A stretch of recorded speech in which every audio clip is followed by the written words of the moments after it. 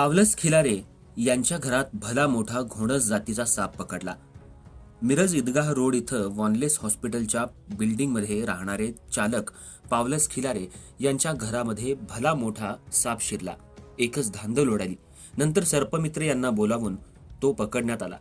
त्यांच्या घरात light bill भरलं नसल्यामुळे वर्षभर लाईट नाही आणि लाईट बिल 50% भरण्यास तयार असून सुद्धा लाईट जोडायला टाळाटाळ होत आहे असं त्यांचं म्हणणं आहे. लाईट लवकरात लवकर जोडण्यात यावी, अन्यथा हे साप महावितरण कार्यालय आणि मिशन हॉस्पिटल संचालिका यांच्या कार्यालयात सोडणार असल्याचं पावलस खिलारे यांनी सांगितलं. सिव्हिल पर्यंत जायचं पण अवघड आहे.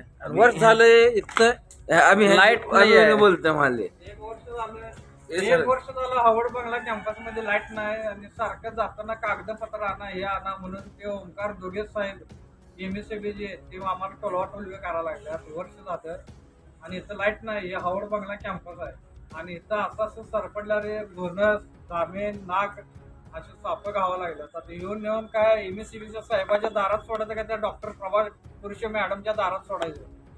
हा कुणाला काय झालं तर वर्षभर आम्हाला तंगवा लागल्या त्यांनी असं सापड निघायला लागल्या.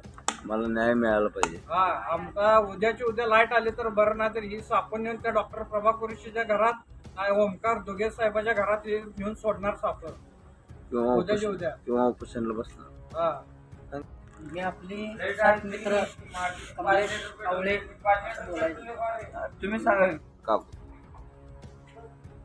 तर आम्ही आजारी आहे. हे आहे घरात कोण नाही. लाईट वर्षभर झाले पण करून ठेवले या बाईनं. हिला काय काळजी आहे की नाही आमची. असे टोळाटोळ करतात. घरात साप नाग असे येते ती मी ते चावलं बिवलं तर याची जबाबदार कोण आहे, कोण घेणार. हा तुम्ही आपले हे करून बसतासा घरात लाईटा वगैरे लावून घरात खुशा आणून बसतासा आणि आम्ही अंतरात पुढं मरत बसले की हा तुम्हाला समजत नाही काय.